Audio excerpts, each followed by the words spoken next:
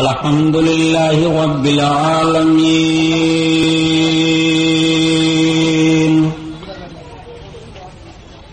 والصلاة والسلام على سيد المرسلين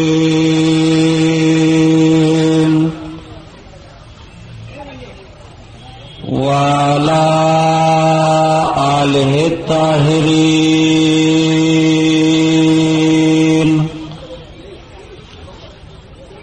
وصحابه المطهرين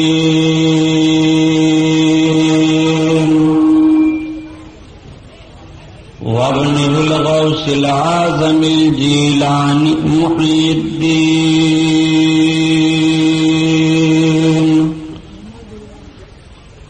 وأهل بيته أجمعين أما بعد فأعوذ بالله من الشيطان الرجيم بسم الله الرحمن الرحيم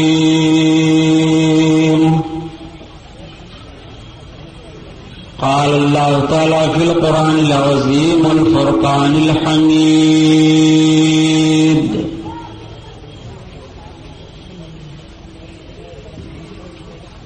ومن يعمل مثقال ذرة خيرا يره ومن يعمل مثقال ذرة شرا يره سبحان الله صدق الله البصير القدير وصدق رسوله البشير النذير والحمد لله رب العالمين.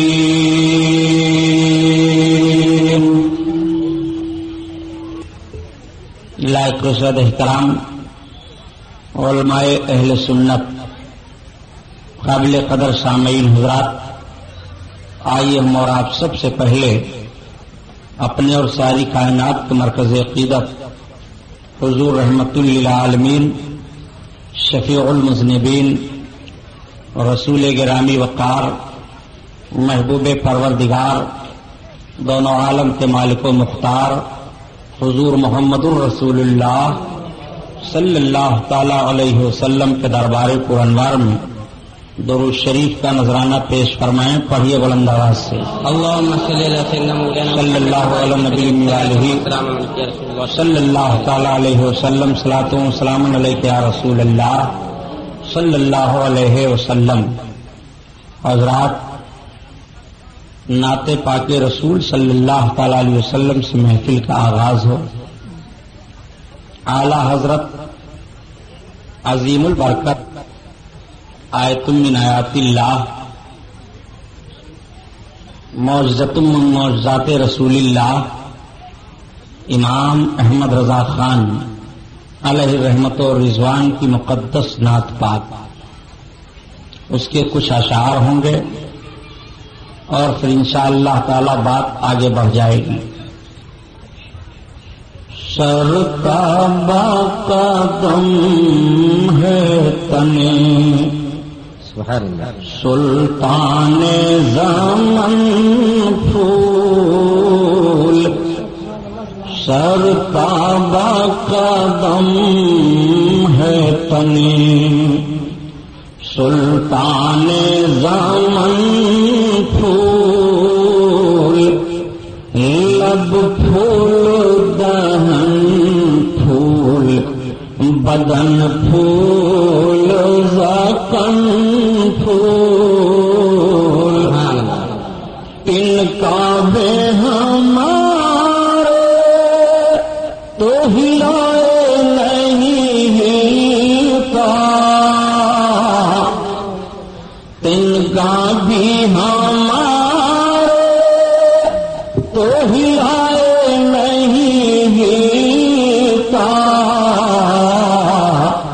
تم چاہو تو ہو جائے ابھی کوہ مہن پھول، تم چاہو تو ہو جائے ابھی کوہ مہن پھول. اور کیا بات ہے رضا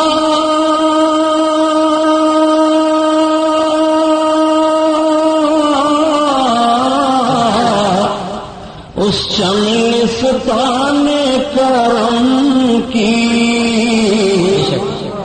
کیا بات ہے رضا، اس چمنستان کرم کی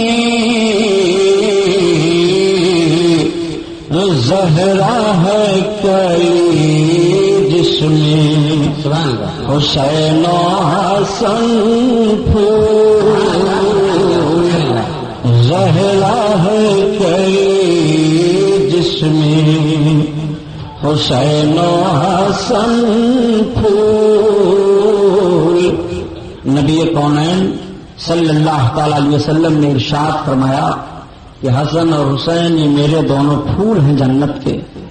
آقا کریم صلی اللہ تعالی علیہ وسلم ان دونوں شہزادوں کو سونگھا کرتے تھے، سبحان اللہ، اور ارشاد فرماتے تھے ان سے مجھ کو جنت کی خوشبو آتی ہے، سبحان اللہ۔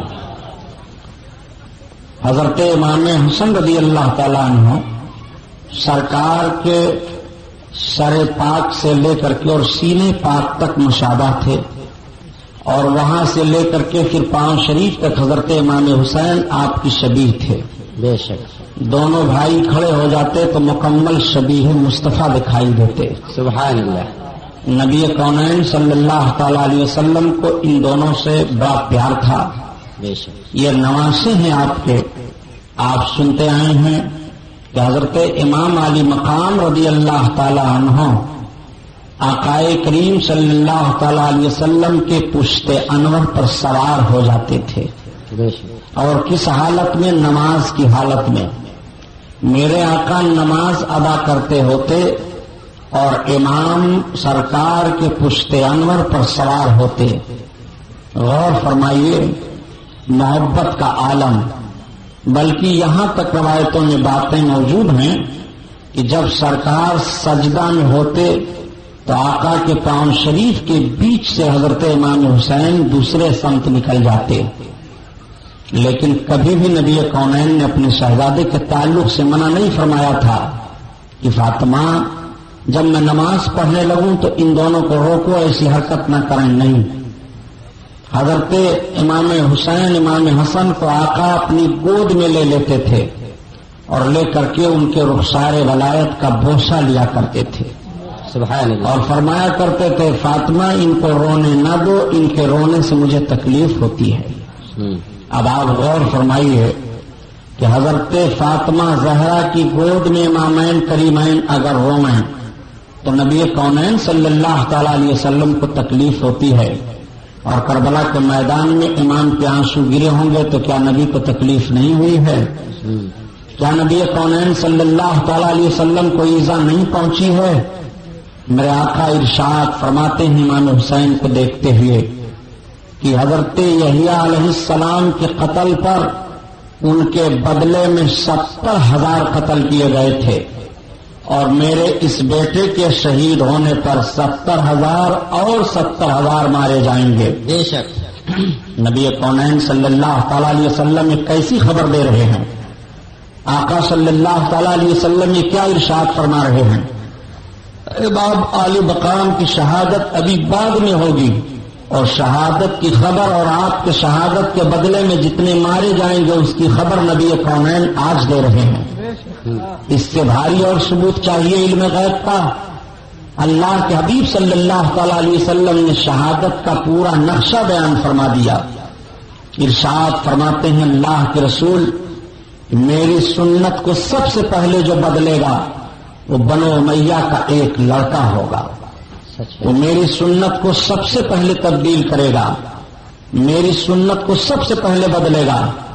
لوگوں نے عرض کیا یا رسول اللہ کیا اس کا نام بھی ہے؟ آقا فرماتے ہیں وقالوا لہ یزید، کیا کہیں؟ اس کو یزید کہا جائے گا۔ نبی کونین صلی اللہ تعالی علیہ وسلم نے شہادت کربلا سے پہلے ان باتوں کو فرمایا، کیا علم غیب کے لیے کافی نہیں ہے؟ سچ ہے۔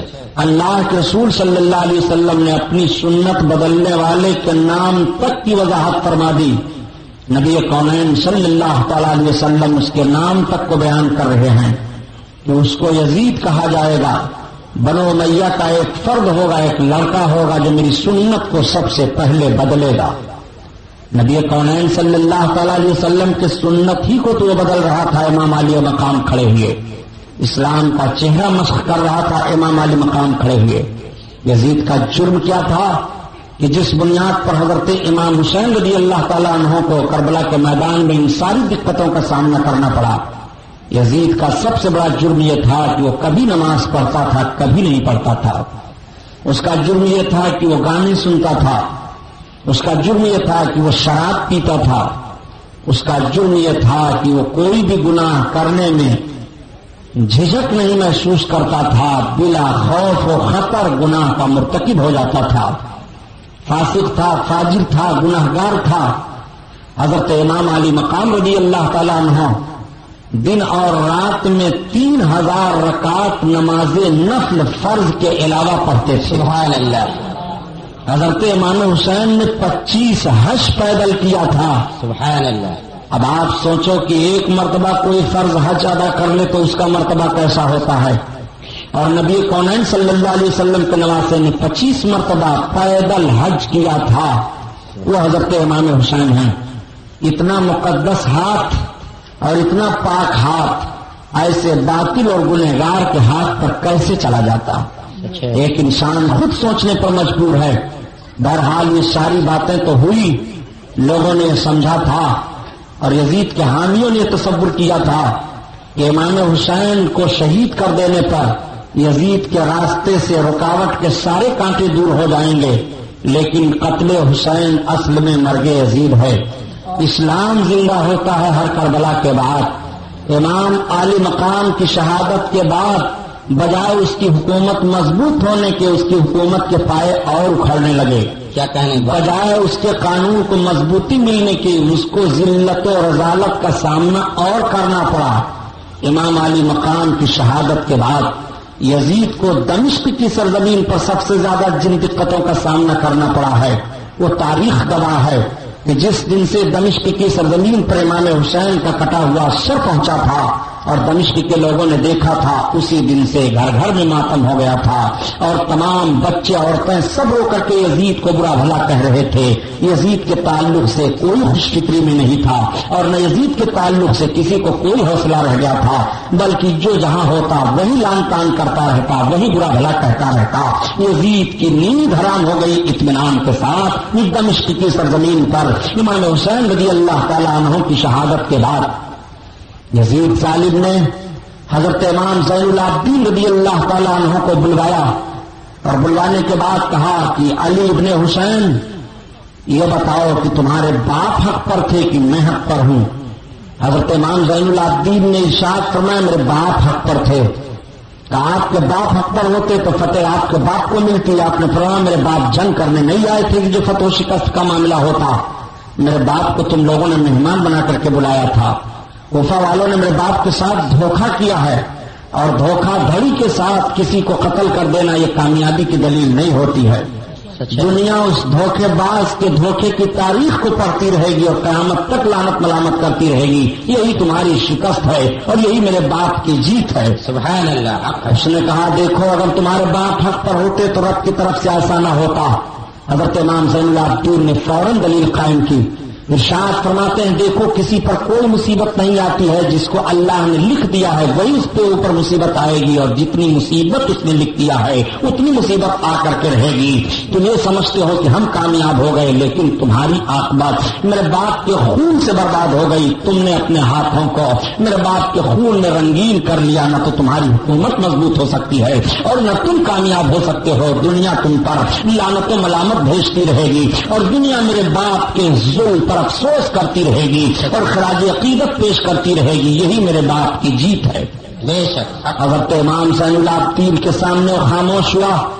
اس نے کہا کہ علی ابن حسین تمہارے کچھ مطالبات ہوں تو بتاؤ، تمہاری کوئی ضرورت ہو تو بتاؤ۔ حضرت امام زین العابدین نے فرمایا تم سے میری کوئی ضرورت نہیں ہے، لیکن مطالبات کے تعلق سے تم کہہ رہے ہو تو 3 باتیں میں تمہارے سامنے رکھتا ہوں۔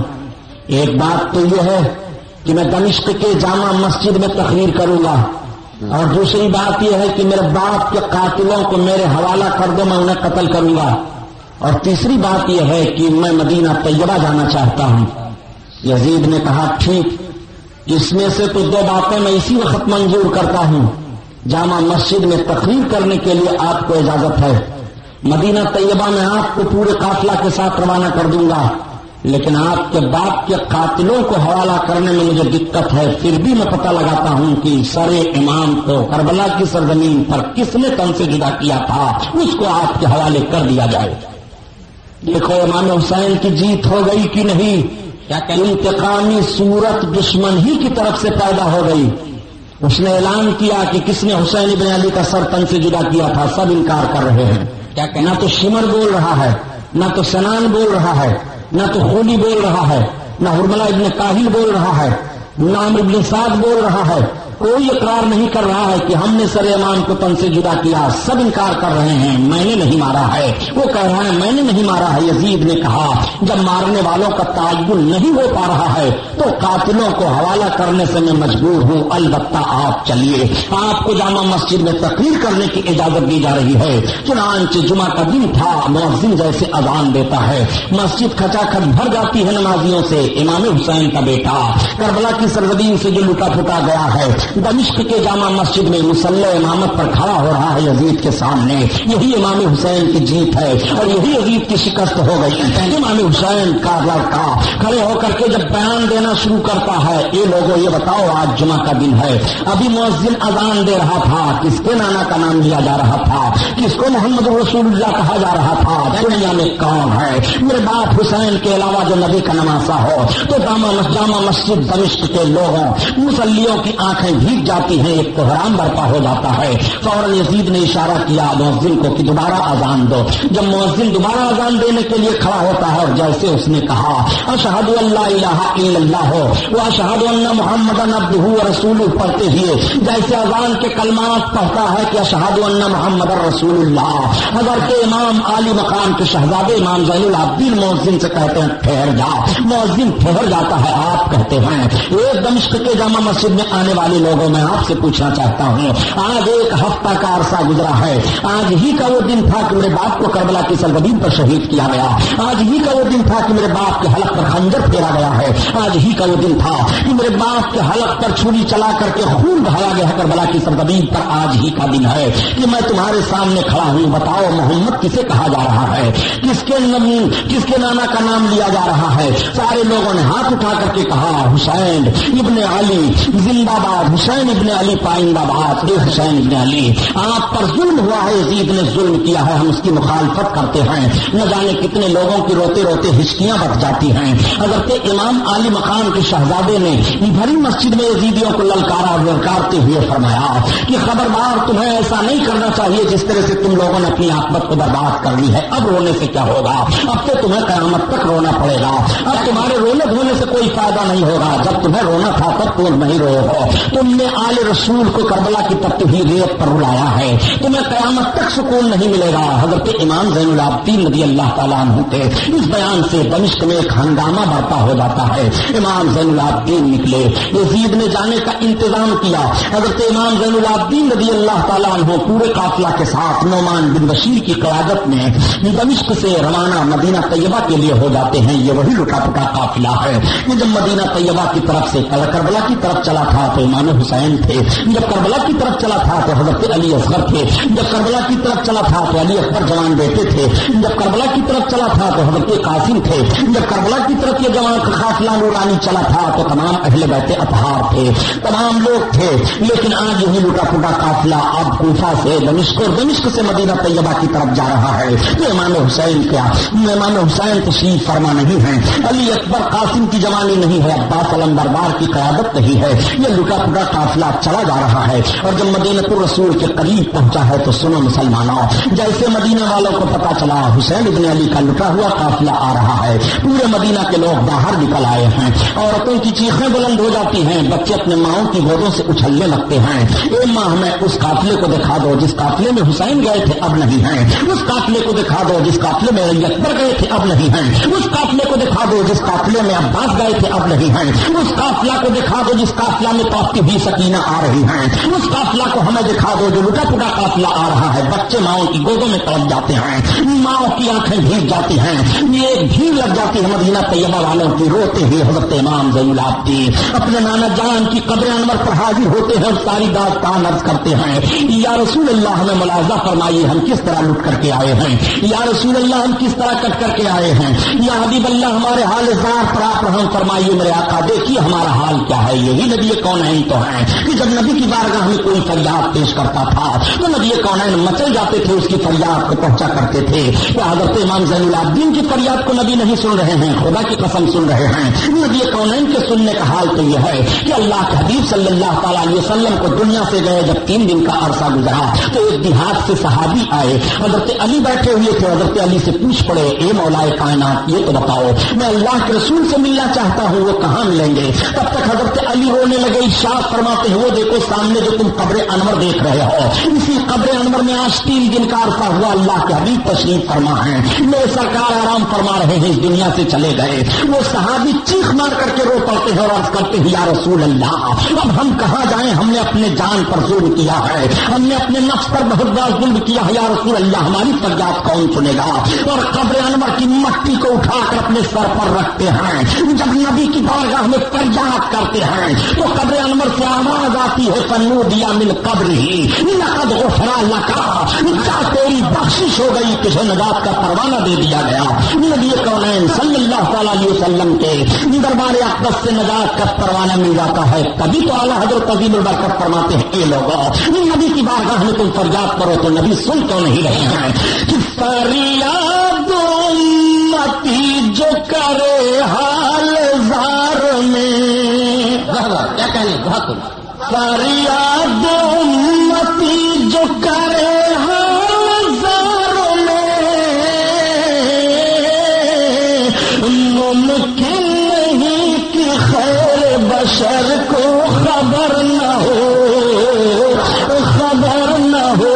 نعرے تکبیر، نعرے رسالت، جشن شہید اعظم مسلک اعلیٰ حضرت علامہ سبحانی صاحب قبلہ، سبحان اللہ سبحان ممکن نہیں کہ خیر بشر کو خبر نہ ہو، خبر نہ ہو۔ حضرت امام زین العابدین اور حضرت زینب رضی اللہ تعالیٰ عنہ کربلا کے سارے داستان کو نانا کے حضور میں بیان کر رہے ہیں۔ مدینہ طیبہ میں جو پتھر اٹھایا جاتا خون نکلتا، خدا کی قسم شہادت حسین کا واقعہ سامنے رکھو تو ایمان مچلنے لگتا ہے، آنکھیں بھیگ جاتی ہیں۔ 7 روز تک پوری دنیا میں اندھیرا چھایا تھا، سورج طلوع ہوتا تھا مگر اس کی شعاعیں پھیکی پھیکی رہتی تھی، اور جو اپنے کپڑے کو دیکھتا اس کے کپڑوں پر خون کے چھینٹے دکھائی دیتے، دھلے پر وہ چھینٹے چھوٹے نہیں تھے، آسمان کے کناروں سے خون کی سرخی ظاہر ہوئی تھی، آسمان کتنا رویا تھا، آج بھی اس کے رونے کی نشانی شفق کی شکل میں آسمان کے کناروں پر پائی جا رہی ہے۔ یہ شہادت حسین کے بعد آسمان رویا ہے۔ حضرت ام سلمہ سرکار کی بیوی فرماتی ہیں کہ جنات نوحہ کہہ رہے تھے حسین کے قتل ہونے پر، جنات رو رہے تھے حسین کے شہید ہونے پر، دنیا کا کون فرد رو نہیں رہا تھا، چرند پرند رو رہے تھے۔ اس لیے میں سمجھا تھا کہ مجھے حکومت مل جائے گی۔ ابن زیاد جس نے کربلا میں سارے کرتوت کروائے تھے اس کو خراسان کی گورنری کی لالچ دی گئی تھی، لیکن نہ تو اس کو خراسان کی گورنری ملی اور نہ اس کو کوئی عہدہ ملا، کسی یزیدی کو کوئی دنیا کی چیز نہ مل پائی۔ وہ سمجھتے تھے کہ ہم دنیا کی بنیاد پر حسین کو قتل کر کے دنیا بنا لیں گے، لیکن یہی فوراً بات سمجھ میں آ گئی کہ دین کو برباد کرنے کے بعد اگر کوئی دنیا بنانا چاہتا ہے تو دنیا نہیں بن سکتی ہے، اگر دین کے پیچھے وہ دنیا بنانا چاہے اور دین کی حرمت لوٹنا چاہے تو دنیا نہیں بنا پائے گا۔ یہ بھی خبر ہم کو میدان کربلا سے مل رہی ہے، یہ بھی دستور ہم کو میدان کربلا سے مل رہا ہے۔ امام حسین رضی اللہ تعالیٰ عنہ کے خون پر اس نے اپنی حکومت کو مضبوط کرنا چاہا تھا، لیکن حکومت مضبوط ہونے کے بجائے حکومت بکھرتی چلی جا رہی ہے۔ مدینہ طیبہ کے لوگوں نے جب سنا کہ اس طرح سے یزید نے ظلم کیا ہے اور اس طرح سے یزید نے امام حسین کو شہید کروایا ہے تو مدینہ طیبہ سے ایک وفد تیار ہوا کہ چل کر کے معلوم کیا جائے دمشق میں اس طرح کی باتیں کیوں پیدا کی گئی ہیں۔ چنانچہ ایک وفد مدینہ طیبہ کا بڑے بڑے تابعیوں پر اور بڑے بڑے متقیوں پر مجتمع ہو کر کے دمشق جاتا ہے. یزید کو جیسے پتا چلا کہ مدینہ طیبہ سے ایک وفد آ رہا ہے ہمارے حالات کو جاننے کے لیے, تو اس نے پوری تیاری کر لی. وفد جا کر کے پہنچا, وفد نے سارا پتہ لگایا اور پتہ لگانے کے بعد چلنے لگا تو یزید نے بڑے تحفے تحائف دیے. وفد مدینہ طیبہ آ کر کے رو رو کر کے بیان دینا شروع کیا کہ اس نے امام حسین کو ظلماً قتل کیا ہے.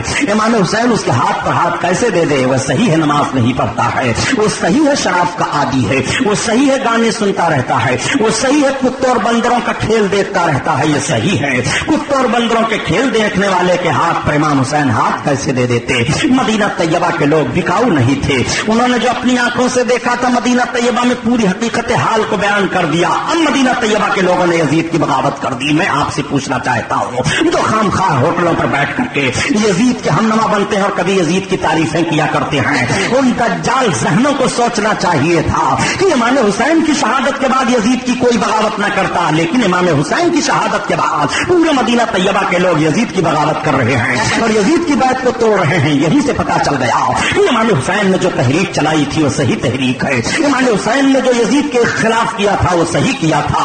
امام حسین کی شہادت ہو رہی ہے اور شہادت کے بعد مدینہ طیبہ میں یزید کے خلاف بغاوت ہو رہی ہے. پتا یہ چلا پیارے کہ مدینہ طیبہ کے لوگوں نے بغاوت کی تو امام حسین کے بغاوت پر بغاوت کی ہے, امام حسین کی تحریک پر تحریک چلائی گئی ہے. مدینہ طیبہ کے لوگ انکار کر بیٹھے. جب یزید کو پتا چلا کہ مدینہ طیبہ کے لوگ انکار کر بیٹھے اور ہماری حکومت کو غیر شرعی حکومت قرار دے رہے ہیں اور مکہ کے لوگ بھی یہی کر رہے ہیں, تو اس نے اپنے ایک فوجی کو بلایا اور بلانے کے بعد کہا سنو اب تم کو مدینہ پر لشکر کشی کرنی ہے. وہ مسلم بن عقبہ یا مصرف بن عقبہ تھا جو فوج کا سردار بن کر کے ایک لشکر جرار لے کر مدینہ کی طرف چلا. میں اب پوچھنا چاہتا ہوں آپ سے, یزید کی حکومت کا عرصہ 3 سال 8 مہینہ رہا ہے اور 3 سال 8 مہینے میں یزید نے 3 کام کیا ہے. ایک تو حضرت امام حسین کو شہید کروایا اور دوسرے اس نے مدینہ پر چڑھائی کی اور تیسرے اس نے مکہ المکرمہ پر چڑھائی کی. بتاؤ یہ تینوں کام کرنے والا جنت میں جائے گا؟ یہ تینوں کام کرنے والا بخشش کا حقدار ہو سکتا ہے؟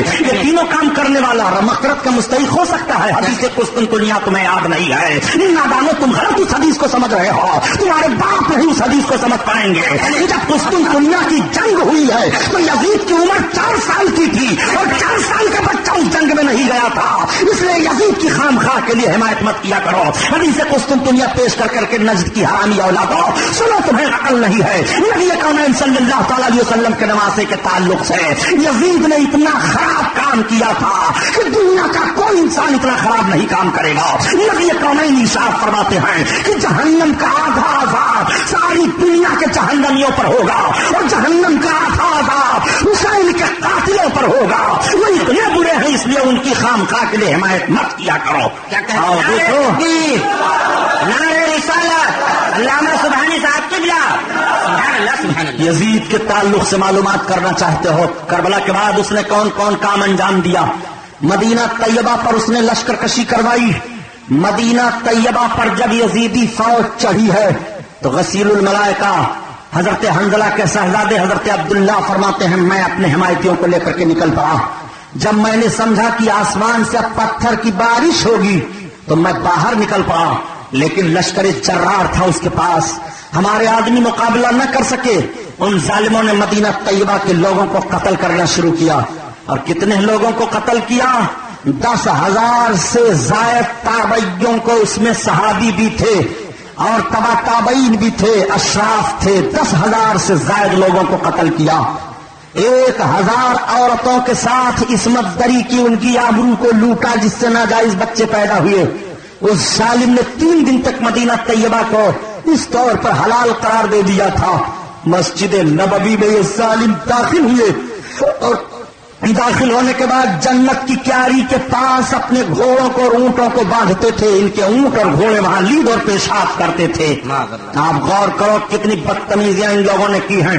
3 دن تک مسجد نبوی میں اذان نہیں ہو پائی تھی یزیدی فوج کے الغار سے.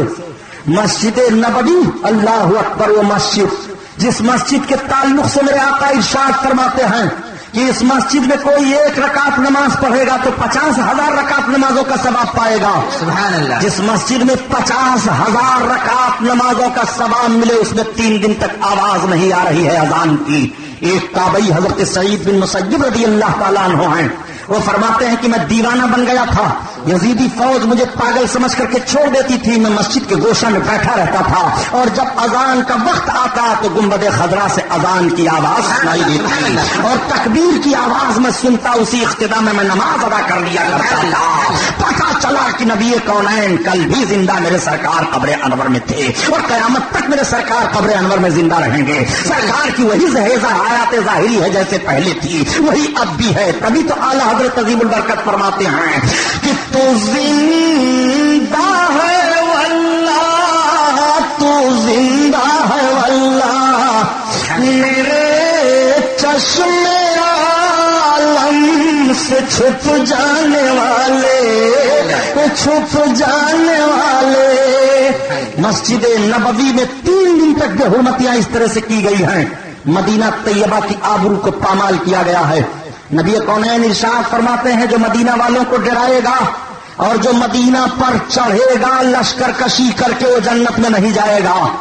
یزید کا یہ دوسرا کارنامہ تھا جس نے مدینۃ الرسول کی حرمت کو لوٹا ہے، وہ مدینہ طیبہ، اللہ اکبر، جس مدینہ کو دیکھنے کے لیے مرد مومن کی نگاہیں ترستی ہیں، وہ مدینہ طیبہ جہاں انوار و رحمت کی بارش ہوتی ہے، وہ مدینہ طیبہ کی صحابہ نے پوچھا تھا یا رسول اللہ، مکہ کو حرم تو حضرت ابراہیم نے بنایا ہے، آپ کا حرم کیا ہے؟ تو آقا ارشاد فرماتے ہیں اس پہاڑی سے لے کر کے یہاں تک مدینہ کو میں حرم بنا رہا ہوں، مکہ کو ابراہیم نے حرم بنایا ہے تو مدینہ کو میں حرم بنا رہا ہوں، اسی لیے مکہ اور مدینہ کو حرمین طیبین کہا جاتا ہے۔ سبحان اللہ سبحان اللہ۔ اعلیٰ حضرت عظیم البرکت اسی لیے فرماتے ہیں مدینے کے خطے خدا تجھ کو رکھے، سبحان اللہ۔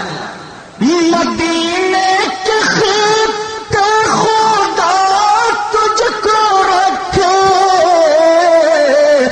غریبوں فقیروں کو ٹھہرانے والے، ٹھہرانے والے، اور حرم کی جانی اور قدم رکھ کے چلنا، حرم کی زمین اور قدم رکھ کے چلنا، ارے سر کا موقع ہے او جانے والے، او جانے والے۔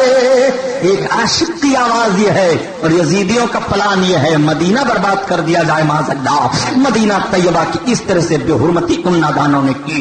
دو کارنامہ آپ نے دیکھا یزید کا، ایک مدینہ کی بے حرمتی کروائی اور دوسرے اس نے امام حسین کو شہید کروایا۔ تیسرا کارنامہ اس ظالم کا دیکھیے، اب مدینہ طیبہ سے اس کا لشکر کا سردار لشکریوں کو لے کر کے آگے بڑھتا ہے، مصرف بن عقبہ کا کی موت ہو جاتی ہے راستے میں، ایک دوسرا اس کا جنرل گورنر بن بیٹھتا ہے، سپہ سالار بن کر کے قائد بن کر کے فوج کو لے کر کے مکہ کی طرف بڑھتا ہے۔ مکہ میں حضرت عبداللہ ابن زبیر رضی اللہ تعالیٰ عنہ نے اپنے آپ کو اعلان کر دیا تھا، مدینہ اور مکہ کے لوگ حضرت عبداللہ ابن زبیر کے ہاتھ پر بیعت کر لیے تھے اور حضرت عبداللہ ابن زبیر مکہ المکرمہ کے عامل قرار دے دیے گئے تھے۔ حضرت عبداللہ ابن زبیر وہاں کے سارے انتظام کو سنبھال لیے تھے۔ جب یزیدی لشکر کا ایک فوج کا بڑا بھاری دستہ مکہ المکرمہ پہنچتا ہے تو حضرت عبداللہ ابن زبیر اپنی فوج کو لے کر کے نکلتے ہیں اور نکلنے کے بعد بڑا کٹھن مقابلہ ہوتا ہے۔ معاملہ یہاں تک تھا کہ کعبہ شریف کے غلاف پر ان ظالموں نے دور دور سے پتھر پھینکنا شروع کیا، منجنیق سے پتھر بھر بھر کر کے پھینکتے تھے، جس سے اتنے پتھروں کی بارش کعبہ پر ہوئی کہ غلاف کعبہ جل گیا، اس میں آگ لگ گئی، کعبہ جل رہا تھا، اس کے پردے جل رہے تھے، ادھر حمص میں یزید کی موت ہو رہی تھی، یزید مر رہا تھا۔ خانہ کعبہ کی ان لوگوں نے بے حرمتی کی، اسی خانہ کعبہ کے پردے میں حضرت ابراہیم علیہ الصلوۃ والتسلیم کے چھری کے نیچے اسماعیل علیہ السلام کے بدلے میں جو میڈھا آیا تھا اس کی کھال بھی تھی، اس کی سینے بھی تھی اور بہت سارے تبرکات تھے، وہ سب اسی میں جل گئے۔ ان ظالموں نے کعبہ کی بے حرمتی کی۔ بتاؤ کعبہ کو جو آگ لگوا دے وہ جنت میں جائے گا، جو کعبہ کو جلا دے وہ جنت میں جائے گا۔ خدا کی قسم، کعبہ کی حرمت اپنے رب سے پوچھو، کعبہ کا وقار تمہارا رب بیان فرماتا ہے، الم تری کیف فعل ربک باصحاب الفیل۔ اسی کعبہ کو ڈھانے کے کے لیے جب ابرہا آیا تھا اور ابرہا نے کہا تھا میں کعبہ کو اٹھا لے جاؤں گا اور اپنے شہر میں رکھ کر کے میں وہیں کعبہ بناؤں گا، تو رب تعالیٰ نے حفاظت فرمائی تھی اور ابرہا کے سارے ہاتھیوں اور فوجیوں کو مختصر چھوٹے سے پرندے ابابیلوں کے ذریعے سے ہلاک کر دیا تھا۔ مگر دیکھو اس کعبہ کی بے حرمتی یزیدی کر رہے ہیں اور غلاف کعبہ کو جلا رہے ہیں۔ رب کتنا علم و بردبار ہے کہ کعبہ جل رہا ہے اور رب تعالیٰ علم فرما رہا ہے۔ ایک مرتبہ کعبہ کی بے حرمتی اور یزیدیوں کے بعد کی گئی تھی، کرامتی فرقہ پیدا ہوا تھا۔ اس کرامتی فرقہ کے لوگوں نے عین حج کی حالت میں کعبۃ اللہ کی بے حرمتی کی تھی اور ایک ظالم کعبہ پر چڑھ گیا تھا، پیشاب کرنے لگا تھا۔ حضرت علامہ سمودھی رحمۃ اللہ علیہ فرماتے ہیں میری نگاہ دیکھ رہی تھی، میں رونے لگا اور میں نے عرض کیا پروردگار تو کتنا علم و بردبار ہے کہ تیرے گھر کی بے حرمتی ہو رہی ہے۔ وہ ظالم وہیں سے گرا، اس کا سر پھٹ گیا، جہنم میں پہنچ گیا۔ وہ کعبہ ہے خدا کی قسم۔ اور رب کے محبوب ارشاد فرماتے ہیں جب تمہاری پہلی نظر کعبہ پر پڑے تو جو دعا تم مانگو گے اللہ تعالیٰ قبول فرما لے گا۔ کعبہ کا وقار ہے، دیکھتے رہو تو تمہارے گناہ معاف ہو جائیں گے۔ جو صرف کعبہ کو دیکھے وہ 40 نیکیاں پاتا ہے اور جو کعبہ کا طواف کرے وہ 60 نیکیاں پاتا ہے، اور دیکھا کرے طواف کرے 60 اور 100 نیکیوں کا معاملہ ہوتا ہے۔ آپ ذرا غور فرمائیے کہ کعبہ کا وقار کیا ہے۔ کعبہ کو دیکھے تو 40 نیکیاں مل رہی ہیں، کعبہ کا طواف کرے تو 60 نیکیاں وہ پا رہا ہے۔ کس طرح سے کعبہ کی حرمت ہے، ایک نظر خانے کعبہ پر پڑے تو جو دعا مانگی جاتی ہے وہ دعا قبول ہو جاتی ہے، لیکن وہی کعبہ یزیدی فوج کے لوگ جلا رہے ہیں، اسی کعبہ کی بے حرمتی کر رہے ہیں، اسی کعبہ پر پتھر پھینکا جا رہا ہے۔ یہ ظالم لوگ پھر وہ یہاں سے ہلاک ہوئے اور وہاں سے تباہ و برباد ہوئے۔ یزید کا معاملہ یہ ہوا کہ یزید کی موت کیسے ہوئی؟ 3 سال 8 مہینہ حکومت کرنے کے بعد اس کی موت کے 2 اسباب بتائے جاتے ہیں۔ ایک سبب تو یہ ہے کہ یہ زیادہ سے زیادہ شراب پیتا تھا اور شراب پینے کی بنیاد پر یہ ظالم کا پھیپھڑا خراب ہو گیا تھا، کولنج کے درد میں یہ مبتلا ہوا اور اس کے بعد مر گیا۔ دوسری وجہ بتائی جاتی ہے کہ یہ سیر و شکار کا عادی تھا۔ ایک مرتبہ یہ شکار کھیلنے کے لیے گیا اور پہاڑیوں کے درمیان سے گزرتا ہوا چلا گیا۔ ایک عیسائی لڑکی پر یہ عاشق ہو جاتا ہے دیکھ کر کے کہ بڑی حسین و جمیل ہے، خوبصورت ہے۔ پھر دوسرے دن اس کے پاس گیا، تیسرے دن کسی طرح سے اس سے بات ہو گئی۔ اس لڑکی کو پتا چلا یہی امیر شام ہے، اسی کو یزید ابن معاویہ کہا جاتا ہے، اسی نے علی ابن حسین کو شہید کروایا ہے۔ لڑکی نے کہا ٹھیک ہے تم آؤ، تم سلطان ہو، تم آؤ، تم عامر ہو، جو تم کہو ہم کرنے کے لیے تیار ہیں۔ اس نے چوتھے دن اپنے ساتھیوں کو پیچھے چھوڑ دیا اور یہ ظالم خود گیا اور لڑکی کو اپنے گھوڑے پر بٹھا کر کے اس کا مقصد تھا کہ محل میں لایا جائے گا۔ لڑکی نے اپنے بغل میں ایک خنجر چھپا لیا تھا۔ جب وہ گھوڑے پر بیٹھ گئی اطمینان و سکون کے ساتھ، تھوڑی دور تک یہ چلا تھا، مستی میں تھا، ادھر ادھر کی باتیں ہو رہی تھی کہ تب تک اس بچی نے خنجر نکالا اور نکالنے کے بعد اس طرح پھرتی سے مارا کہ وہ زمین پر چلا آیا۔ پھر اس نے پھرتی سے دوسرا وار کر دیا، اب یہ سنبھل نہ سکا، اس خنجر سے اس نے چیر پھاڑ کر کے رکھ دیا اور وہاں سے نکل گئی۔ اس کے ساتھی تلاش کرتے ہوئے پہنچے تو دیکھا کہ اس کی لاش کٹی پھٹی پڑی ہے، پھر اٹھا کر کے لا کر کے اس کو زمین میں دفنایا۔ ایک موت کی وجہ یہ بھی بتائی جا رہی ہے، چنانچہ حمص کے شہر میں یزید کی قبر جہاں بنی ہوئی ہے اس قبر پر آج بھی شیشہ گلانے کی فیکٹری لگی ہوئی ہے۔ جب خلافت بنو عباسیہ قائم ہوئی اور بنو عباسیہ کا پہلا خلیفہ عبداللہ صفاح ہوا تو اس نے کہا یزید کی قبر تلاش ہو، اس کی قبر کھود کر کے اس کی ہڈیاں جلائی جائیں گی۔ چنانچہ جب اس کی قبر ظالم کی کھودی گئی تو سیاہ ہڈیاں جلی ہوئی ملی جیسے کوئلہ کی شکل میں ہو، پھر بھی ان ہڈیوں کو جلایا گیا اور وہیں پر شیشے کی فیکٹری لگا دی گئی ہے۔ کل بھی یہ عذاب میں تھا، آج بھی یہ عذاب میں ہے اور آخرت کا عذاب ابھی باقی ہے۔ یہیں سے امام حسین کی شان سمجھ لو کہ یزید کی قبر کا نشان نہیں ہے، ہڈیاں جلائی جا رہی ہیں کھود کر کے، لیکن امام حسین کا روزہ عراق میں چمک دمک رہا ہے، امام حسین کا روزہ دکھائی دے رہا ہے، لوگ روزہ کی زیارت کرنے کے لیے جا رہے ہیں، قبر کا بوسہ لے رہے ہیں، چوکھٹ چوم رہے ہیں، اپنے لیے باعث برکت سمجھ رہے ہیں۔ قتل حسین اصل میں مرگ یزید ہے، اسلام زندہ ہوتا ہے۔ ہر کربلا کے بعد، امام حسین کے خون کے بعد یزید کی حکومت مضبوط نہیں ہوئی، بلکہ جب یزید مر گیا اور یزید کے لڑکے کو اس پر تخت نشین کیا جانے لگا تو 6 مہینے تک وہ بیمار رہا۔ اس نے لوگوں کو بلایا، کہا سنو مجھ کو یہ سلطنت نہیں چاہیے، مجھ کو یہ عمارت نہیں چاہیے، مجھ کو یہ سب کچھ نہیں چاہیے، میرے باپ نے بہت غلط کیا تھا۔ حسین ابن علی کے خون پر جو حکومت مضبوط کی گئی ہو ایسی حکومت کو ہم لات مار رہے ہیں۔ بچے نے یہی چھوڑ دیا حکومت، یہی تو یزید کی موت ہو گئی۔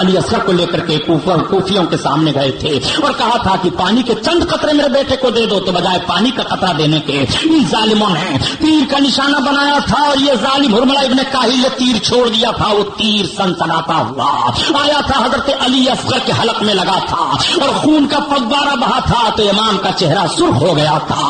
بیٹے کے حلق کا خون جب امام کے چہرے پر لگا تو آسمان کانپ رہا تھا، زمین ہل رہی تھی، سورج کی شعاعیں مدھم پڑ گئی تھی، آواز آ رہی تھی الہ العالمین یہ کیسا امتحان ہے، پروردگار عالم یہ کیسا معاملہ ہے، الہ العالمین یہ تو اپنے بندوں کا امتحان کس طرح سے لے رہا ہے. تو آواز آئی تھی تم نہیں جانتے ہو جو میں جانتا ہوں. آپ ذرا غور کرو، حضرت علی اصغر رضی اللہ تعالیٰ عنہ کا قاتل پکڑا گیا ہے حرملہ ابن کاہل.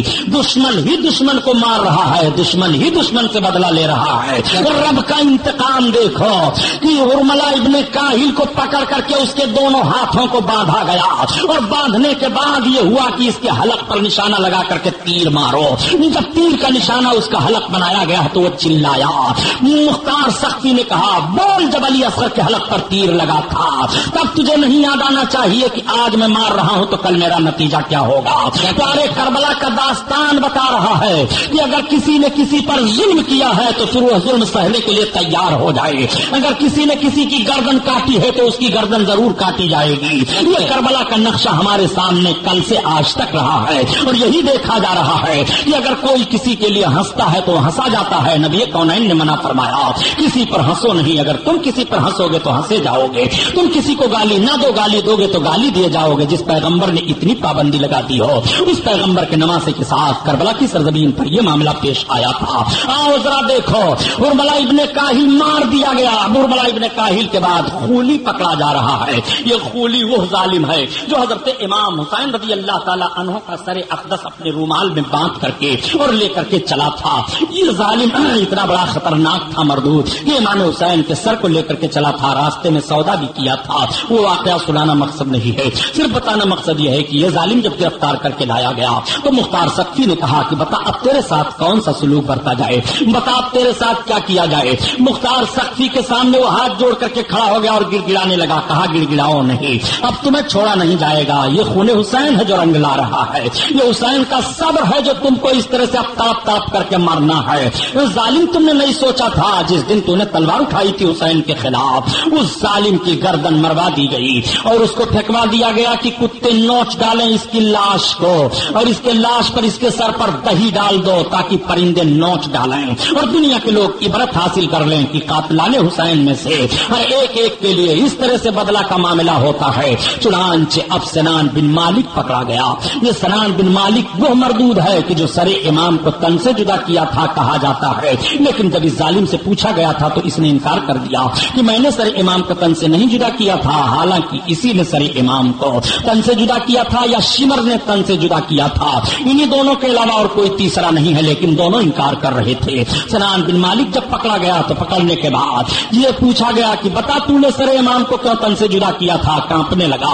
بتا تجھے دنیا کتنی ملی؟ کچھ مجھے دنیا نہیں ملی. بتا یزید کی حمایت میں جو تو نے کربلا کے میدان میں اپنی بہادری کے جوہر دکھائے تھے تیرے جوہر کیا ہوئے؟ وہ رونے اور کانپنے لگا. مجھے معاف کر دیا جائے، مجھے معاف کر دیا جائے، مجھے معاف کر دیا جائے. میں نہیں ہوں امام حسین کے سر کو تن سے جدا کرنے والا. ظالم تو ہی ہے تن کو سر کو تن سے جدا کرنے والا. معاف نہیں کیا جائے گا. تجھے اس وقت سوچنا چاہیے آج دنیا کا عذاب دیکھ کر کے تو معافی مانگ رہا ہے اور کل جب تجھے قیامت میں عذاب دیا جائے گا تو کیا تیرا معافی قبول کیا جائے گا؟ کیا تیرا عذر قبول کیا جائے گا؟ حرام خور دنیا بنانے کے لیے تو نے اہل بیت رسول اللہ کو اس طرح سے ستایا تھا. دنیا بنانے کے لیے تو نے نماز رسول کے حلق پر خنجر چلایا تھا. دنیا بنانے کے لیے تو دین کو برباد کرنے کی کوشش کر رہا تھا. متقی پرہیزگار جو 25 حج پیدل کیا ہو، 3000 رکعت نماز نفل پڑھ رہا ہو، جس کے منہ میں ان کے نانا کی مقدس انگلیاں رہی ہوں جو چوسا ہو، جو رسول کائنات کے دوش مبارک پر سوار رہا ہو. ظالم تو ان کے سینے پر سوار ہوا تھا. تجھے نہیں چھوڑا جائے گا. چنانچہ سنان بن مالک کے جسم کا ایک ایک حصہ کاٹا جاتا ہے. یوں بھی تو قتل کیا جا سکتا تھا لیکن نہیں. مختار سختی کہتا ہے خبردار، جسم کا ایک ایک حصہ کاٹو اور کاٹنے کے بعد گھوڑے دوڑا دو اس کے جسم پر تاکہ پتہ چل جائے کہ جسم کیسے چکنا چور ہوتا ہے. چنانچہ سنان بن مالک کو کاٹ کر کے اور اس کے جسم کے اعضاء کو اکٹھا کر کے گھوڑے دوڑا دیے گئے. ہڈیاں چور چور ہو جاتی ہیں اور اس کے بعد آگ میں رکھ رکھ کر کے جلا دیا جاتا ہے، جل کر کے ساری اس کے جسم کی ہڈیاں اور سارے گوشت خاکستر ہو جاتے ہیں۔ اعلان کروایا جاتا ہے کہ قاتلان حسین میں دیکھو ایک ایک کو کس طرح سے چن چن کر کے مارا جا رہا ہے، کوئی باقی نہیں بچا تھا۔ ایک آدمی تھا، وہ کہتا ہے کہ میں بہت خوبصورت تھا، لیکن جب میں رات میں سوتا ہوں تو دو آدمی آتے ہیں اور میرے چہرے پر تھپڑ مارتے رہتے ہیں، میں بدصورت ہو گیا، اور یہ کہتے ہیں کہ یہ ظالم امام حسین کے قتل سے خوش تھا، جب سے میں روز مارا جا رہا ہوں امام حسین کے قاتلوں میں یا آپ کے قتل میں جتنے لوگوں نے حصہ لیا تھا کوئی دنیا میں باقی نہیں بچا، اور دنیا میں کسی کی نسل نہیں چلی ہے۔ سب سے بھاری عذاب تو ان کے اوپر یہی ہے کہ کربلا کے میدان میں جتنے یزیدی موجود تھے کسی یزیدی کی کوئی نسل نہیں چلی ہے۔ نسلوں کا چلنا پیارے نعمت الہی ہے، اگر کسی کی نسل چلتی ہے تو ممکن ہے اس نسل میں کوئی عالم ہو جائے، اس نسل میں کوئی متقی ہو جائے، اس نسل میں کوئی ایماندار ہو جائے، اس نسل میں کوئی پرہیزگار ہو جائے، لیکن جب نسل ہی منقطع کر دی جاتی ہے تو سارا سلسلہ ہی ختم ہو جاتا ہے۔ اور رب کو منظور نہیں ہے کہ ان کو کسی طرف سے فائدہ پہنچے، اس لیے ان کی نسلیں ختم کر دی جاتی ہیں۔ 22,000 فوجی یزیدی جو تھے کربلا کی سرزمین پر کسی کی نسل نہیں چلی ہے، سب کو حوالہ کر دیے گئے، سب ختم کر دیے گئے۔ آؤ دیکھو یہی امام حسین کی جیت ہے اور یہی یزید کی شکست ہے۔ امام حسین کو کہاں کہاں سمجھو گے اور کس کس موڑ پر امام حسین کو سمجھو گے؟ امام علی مقام رضی اللہ تعالیٰ عنہ کے قاتلوں کا انجام اس طرح سے ہوتا ہے۔ یہی مختار سقفی ہے جس نے سارے لوگوں کا بدلہ لیا، لیکن یہی مختار سقفی، اس کا بھی تو سر کاٹا گیا تھا۔ مختار سقفی نے کہا سب سے پہلے پتہ لگاؤ ابن زیاد کہاں گیا۔ یہ ابن زیاد مردود پہاڑیوں کے درمیان بھاگ گیا تھا۔ عبداللہ بن ابراہیم اشتر، حضرت ابراہیم بن مالک بن اشتر ایک تھے، اس کی فوج کے سالار، وہ آگے بڑھے اور پہاڑوں میں تلاش کرتے کرتے ابن زیاد کو پا لیتے ہیں۔ ابن زیاد کو پکڑ کر کے لایا گیا۔ ابن زیاد جب آیا سامنے تو وہی کوفہ کا دارالعمارت ہے، وہی گورنر ہاؤس ہے جس گورنر ہاؤس میں اس ظالم نے امام حسین کے سر اقدس کو رکھا تھا اور تخت پر بیٹھا ہوا تھا اور امام حسین کے لبھائے مبارک پر چھڑی لگا رہا تھا۔ حضرت زید بن ارقم نے ڈانٹا تھا اس ظالم کو کہ میں نے نبی کونین کو ان لبوں کو چومتے ہوئے دیکھا ہے، تو چھڑی لگا رہا ہے، اس طرح سے گستاخی نہ کر۔ یہ ظالم ابن زیاد وہیں کھڑا ہے۔ مختار سقفی کہتا ہے بتاؤ اب تمہارے ساتھ کون سا سلوک کیا جائے؟ آج سے پہلے تم نے امام علی مقام کی شان میں کتنی گستاخیاں کی تھی اور ان کو کس انداز سے تو نے کربلا کے میدان میں شہید کروایا تھا، بتا تیرے ساتھ کیا سلوک کیا جائے؟ یہ کانپنے لگتا ہے۔ اے مختار تم بھی تو ہماری فوج کے ہی ایک حصے دار تھے، تم بھی تو ہماری فوج ہی کے ایک ذمہ دار تھے، آج ہمارے اوپر تم یہ سختی کرنے کے لیے تیار ہو۔ ابن زیاد سے مختار سختی کہتا ہے سنو میں تمہیں چھوڑوں گا نہیں، تمہیں ایسے ہی بے دردی کے ساتھ قتل کیا جائے گا جیسے تم نے حسین ابن علی کو قتل کروایا ہے۔ ظالم تیری خراسان کی حکومت کہاں گئی، گورنری کہاں گئی؟ وہ ابن زیاد کہتا ہے مجھے یزید نے دھوکہ دے دیا، مجھے اس نے خراسان کی حکومت نہیں دی، دھوکہ دیا۔ اسی حکومت کو لالچ میں مجھ کو لے کر کے حسین ابن علی کے خلاف مجھ سے تلوار اٹھوائی تھی اور حسین ابن علی کے خلاف سارا کام مجھ سے کروایا گیا تھا، لیکن افسوس ہے میری زندگی پر، یہ ظالم اب افسوس کر رہے ہیں، پچھتا رہے ہیں۔ مختار سقفی نے کہا تمہیں قیامت تک پچھتانا پڑے گا، آخرت کی عذاب تو ابھی باقی ہے، ابھی میں تمہیں عذاب دلواتا ہوں اور تمہیں قتل کرواتا ہوں۔ دیکھو ڈرا کر کے نیزے مارے جا رہے ہیں، وہ چلا رہا ہے۔ مختار سختی کھلکھلا کر ہنستا اور کہتا ہے ظالم دیکھ یہ ہے خون حسین کا بدلہ، اور اس طرح سے انتقامی خدا بندی لوگ دیکھ لو اللہ تعالیٰ کس طور سے اپنے مظلوم بندوں کی طرف سے انتقام لیتا ہے۔ اس کو چھیڑ چھیڑ کر کے چھلنی کر دیا گیا، زمین پر جب گرا تو مختار سقفی نے کہا اب اس ظالم کی گردن کو کاٹو اور کاٹنے کے بعد اس کو جلا دو۔ اس کی گردن کاٹی گئی اور پھر اس کو جلا دیا گیا۔ ابن زیاد کو یہ سزا ملی ہے اور ابن زیاد کا سر اسی تخت پر رکھا گیا جہاں امام علی مقام کا رکھا گیا تھا۔ ایک ایک یزیدی چن چن کر کے مارے جا رہے ہیں۔ امام حسین کا ایک یزیدی کیوں کے فوج میں رہنے والا تھا، اس نے کہا کہ جب لوگ کہتے ہیں کہ یزیدی فوج میں جتنے لوگ شامل تھے امام حسین کے قتل میں سب مار دیے گئے اور سب کسی نہ کسی مصیبت میں پھنس گئے، میں بھی تو اس فوج میں تھا لیکن مجھے کوئی مصیبت نہیں آئی ہے۔ اتنا کہہ کر کے یہ ظالم اٹھا اور اپنے گھر کے چراغ کے بتی کو کھینچنے لگا، تب تک آگ کی لپٹ آئی اور اس کو آگ لگ گئی۔ بجھا رہے ہیں لوگ، بجھ نہیں رہا ہے، جلتا چلا جا رہا ہے، پیاس پیاس چلاتا چلا جا رہا ہے، جل کر کے وہیں خاکستر ہو گیا۔ لوگوں نے امام حسین کی اس کرامت کو دیکھا۔ دیکھو امام حسین کی کرامت کل بھی ظاہر تھی، آج بھی ظاہر ہو رہی ہے۔ امام حسین کا کوئی قاتل نہیں بچتا ہے۔ امام علی مقام کے دھوکہ بازوں میں سے مختار سقفی بھی تھا، اس کی بھی سزا سنا۔ مختار سقفی کو مصعب نے مروایا اور مصعب کو مروان بن عبد الملک نے مروایا. یہ تینوں کا سر وہیں پر رکھا گیا تو مروان بن عبد الملک نے چھوڑ دیا پھر تخت امارت کو, کہا ہم یہاں نہیں رہیں گے, یہ بڑی منحوس جگہ ہے. حکومتوں کے معاملات بدلتے رہے, حکومتوں میں افراد بدلتے رہے. بنو امیہ میں کئی لوگ آئے حکومت کرنے کے لیے حضرت امام حسین کی شہادت کے بعد, لیکن ایک فرد ایسا آتا ہے جن کا نام حضرت عمر بن عبد العزیز رضی اللہ تعالیٰ عنہ ہے. یہ بھی خلفائے بنو امیہ میں سے ہیں. جب حضرت عمر بن عبد العزیز خلیفہ ہوئے تو سب سے پہلے آپ نے اہل بیت اطہار کے تعلق سے خدمات کا ان کے دستور متعین کیے, اور سب سے پہلے حضرت عمر بن عبد العزیز نے ان لوگوں کو پتہ لگانا شروع کیا جو حضرت امام حسین کے خلاف تھے. سب کو کڑی سزا دلائی جانے لگی اور سب کو کڑی سزا میں مبتلا کیا جانے لگا. یہی حضرت عمر بن عبد العزیز ہیں جو لوگ اس طرح سے کہہ دیا کرتے ہیں اور اس طرح سے چلانے لگتے ہیں کہ یزید یزید اور امام حسین کی بغاوت, یزید کی لڑائی اس نوعیت کی تھی اس نوعیت کی تھی, وہ سنیں. اور کچھ لوگ یزید کو رضی اللہ تعالیٰ عنہ کہتے ہیں. ارے یار لاؤڈ اسپیکر بند ہو جائے گا, ایسے ہی بول دوں گا. آواز پہنچ رہی ہے کہ نہیں؟ درود شریف پڑھ لو. صلی اللہ علیہ نبی والہ صلی اللہ تعالی علیہ وسلم. صلاۃ و سلام علیک یا رسول اللہ صلی اللہ تعالی علیہ وسلم. سنیے تو میں عرض یہ کر رہا تھا کہ حضرت امام حسین رضی اللہ تعالیٰ عنہ کے قاتلوں میں سے کوئی نہیں باقی بچا تھا. آؤ سنو, اتنا مضبوط حوالہ دے رہا ہوں, ایمان تازہ ہو جائے گا. یہی خلفائے بنو عباسیہ میں سے حضرت عمر بن عبد العزیز ہیں. حضرت عمر بن عبد العزیز رضی اللہ تعالیٰ عنہ اتنے پاک باز خلیفہ ہیں الحمدللہ کہ جب یہ خلافت کی ذمہ داری سنبھالتے ہیں حضرت عمر بن عبد العزیز, تو آپ نے اپنی بیوی کو بلایا اور ارشاد فرمایا کہ اب میں تمہیں طلاق دینا چاہتا ہوں. بیوی نے کہا کیوں؟ آپ نے فرمایا جو تمہارے لیے آشائش و آرام کا ماحول ہمارے ساتھ تھا, اب مجھے خلافت کی ذمہ داری سونپی جا رہی ہے, وہ آرام تمہیں نہیں ملے گا. کہا جب آرام کے دن تھے تب میں آپ کے ساتھ تھی, اب دقت کے دن آئے ہیں تو میں ساتھ نہیں چھوڑوں گی. کچھ بھی پریشانی اٹھانی پڑے تو آپ فرماتے ہیں سب سے پہلے تم اپنے زیورات کو صدقہ کر دو اور ضرورت بھر کے لیے کپڑے رکھو, بقیہ سارے کپڑے صدقہ کر دو. وہ حضرت عمر بن عبد العزیز رضی اللہ تعالیٰ عنہ ہیں. حضرت عمر بن عبد العزیز کی امانت داری کا حال یہ تھا کہ جب چراغ جلاتے حکومت کا کام دیکھتے تب تو حکومت کی طرف سے چراغ جلتا بیت المال کی طرف سے, اور جب اپنا کام دیکھتے تو اپنے تیل سے چراغ جلایا جاتا, حکومت کے تیل سے جو چراغ جلتا تھا اسے حضرت عمر بن عبد العزیز بجھوا دیتے تھے. کیا کہہ رہے ہیں؟ یہ وہ حضرت عمر بن عبد العزیز ہیں. ایک مرتبہ ان کے شہزادے نے کہا ابا حضور کلید ہونے والی ہے, آپ 1 مہینے کی پیشگی تنخواہ پہلے لے لیں, 1 مہینے کی پیشگی تنخواہ آپ لے لیں تاکہ عید ہو جائے. 1 مہینہ پیشگی تنخواہ لے لیجئے تاکہ عید ہو جائے. حضرت عمر بن عبد العزیز رضی اللہ تعالیٰ عنہ نے عامل کو لکھا کہ مجھے پیشگی 1 مہینہ کی تنخواہ دے دی جائے.